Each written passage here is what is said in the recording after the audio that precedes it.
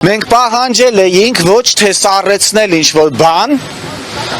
այլ մենք պահանջել էինք չեղարկել ապօրինի վարկային պահանջները, սա առաջին, եւ մենք պահանջել էինք վերականգնել են քաղաքացիների իրավունքները եւ վերականգնել են քաղաքացիների վնասներն ու տույժերը, կորցրած գումարները, որ գողացվել էին քաղաքացիների այլ հաշիվներից։ Սրանք չեն եղել վարկ, հա? Քաղաքացիների նկատմամբ չկա վարկային պահանջներ, բայց քաղաքացիները պատկառելի գումարներ են կորցրել բանկում, եւ ես մի օրինակ եմ ուզում բերել, ես կուզեի այդ քաղաքացին հիմա իմ աչքով ընկներ, տեսնեի, Անին ուրեմն բանկում ուներ գումար, որը գրավադրված էր բնակարան գնելու համար։ Այսինքն, եթե քաղաքացին մոտենար բանկին անձամբ իր անձնագրով, փորձեր իր գումարները փոխանցել կամ փորձեր իր գումարները կանխիկացնել, սա չէր կարողանալու, քանի որ գրավադրված էր բանկում։ Պատկերացրեցիք, չէ՞, 20 միլիոն դրամ, որը եղել է ժամանակի ընթացքում ավանդ դրված բանկում, ավանդը վերածվել է գրավի առարկա հանդիսացել, գրավի առարկա հանդիսացող 20 միլիոն դրամը րոպեների ընթացքում չքանում է բանկից։ Եթե քաղաքացին, նորից եմ կրկնում, անձնագրով հանդերձ ներկայանար բանկ, պահանջեր փորձեր կանխիկացնել գումարը կամ փորձեր փոխանցել այլ հաշվեհամարների, սա անհնարին է լինելու, իրեն չէին տրամադրելու այդ գումարը, քանի որ հանդիսանում էր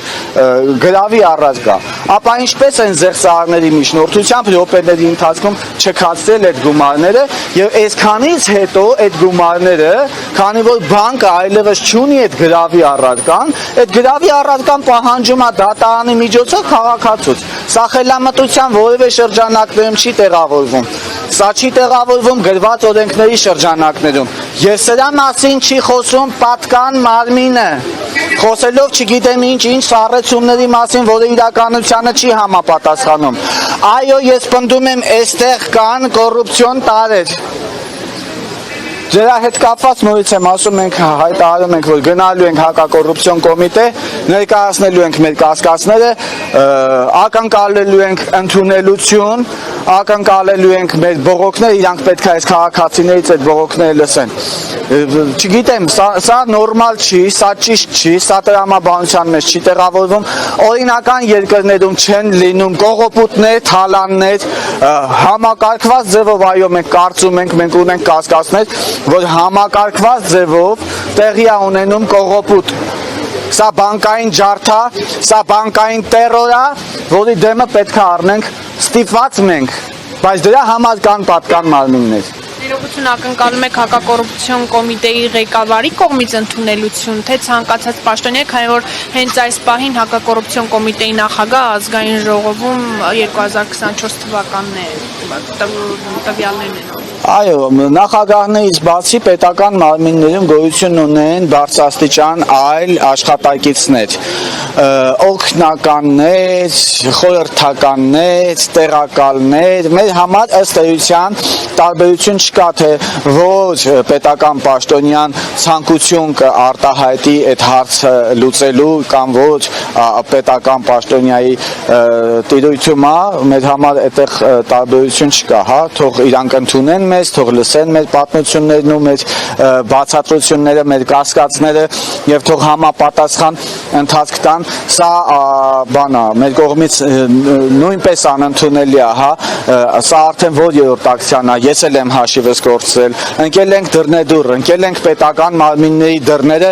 պահանջում ենք գրված օրենքների շրջանակներում հարցի լուծումներ եւ այսպես հարցը լուծում չի ստանում, ահազանգերը ամեն օր շատանում են, տեղեկացնեմ, որ 3 ստացել ենք 9 ահազանգ, դրա առաջի օրը 11, դրա առաջի օրը 14, ահազանգերը մեծանում են եւ խոսքը գնում է թարմ դեպքերի մասին։ Իրավիճակը չի վերահսկվում, դեռևս կան նման դեպքեր, այսինքն չի կանխվել process-ը, որ մենք խոսենք իրավունքների վերականգնման մասին, process-ը շարունակական է, process-ը համակարգված է, մենք ասեմ, որ դիմելու ենք մեր պետական բոլոր մարմիններին, բոլորի պարտավորությունների շրջանակներում մենք դիմելու ենք պետական բոլոր մարմիններին։ Դրանից հետո, եթե հարցը գրված օրենքների շրջանակներում լուծումներ չստացան, մենք ստիպված ենք հանցագործությունները կանխարգելելու նպատակով փակել զեղծարար բանկերը։ Եք դա պատկերացնում եւ նաեւ արդյոք քաղաքացիները չունեն այստեղ անելիք կամ բարձր իրավագիտակցություն ցուցաբերել, որովհետեւ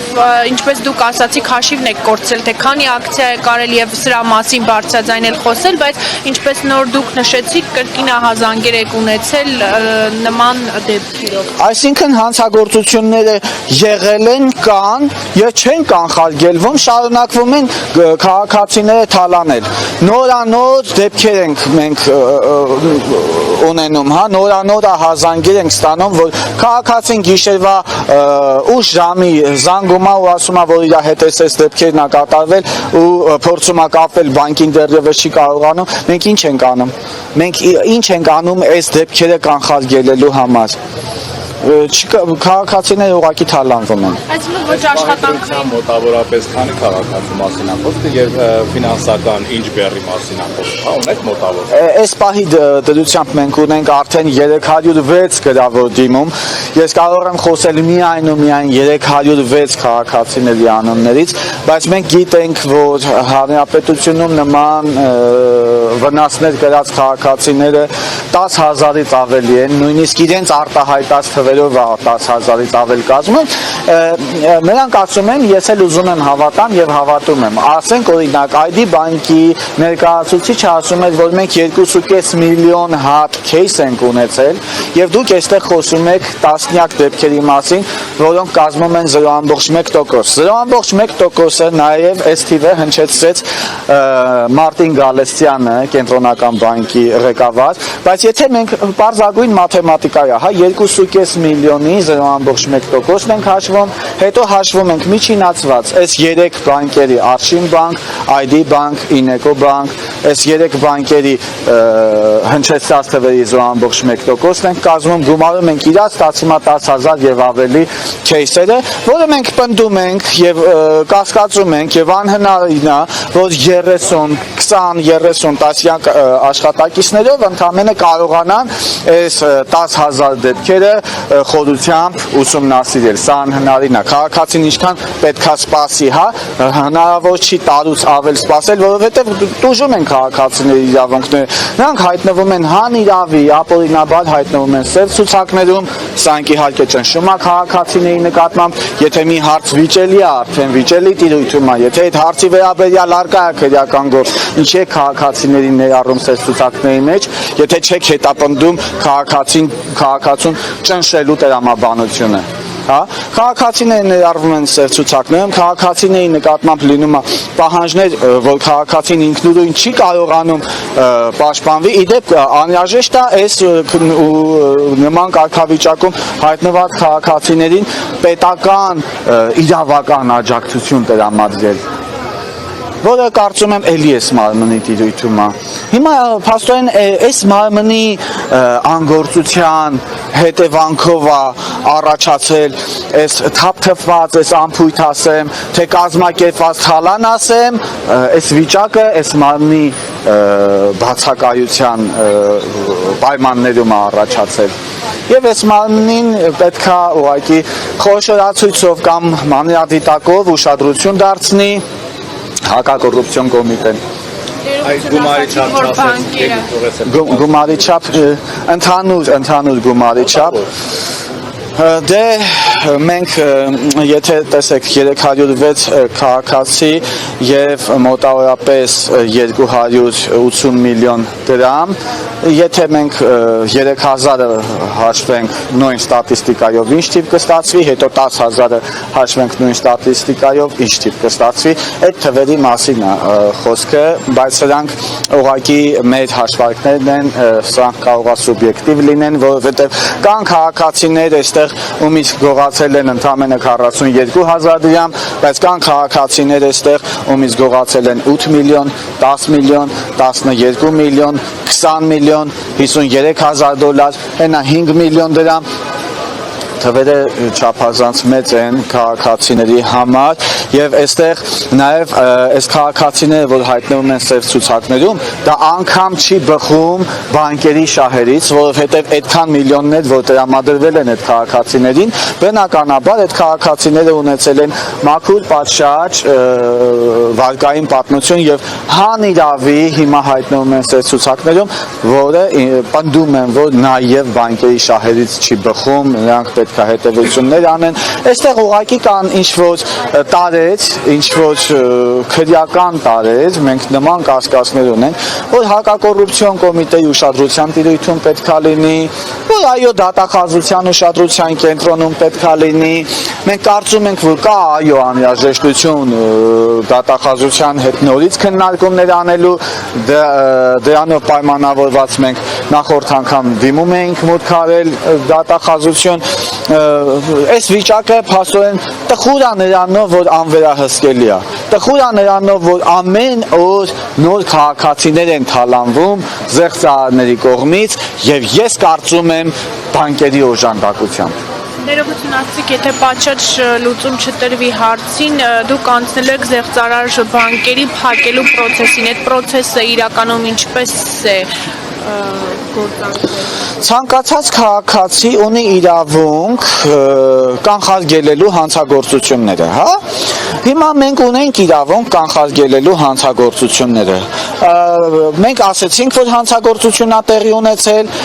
դա փաստեց քննչական կոմիտեն, դրա մասին վկայեց ազգային ժողովում գլխավոր դատախազը, բայց եթե այդ հանցագործությունները շարունակում են տեղի ունենալ, չի վերահսկվում իրավիճակը,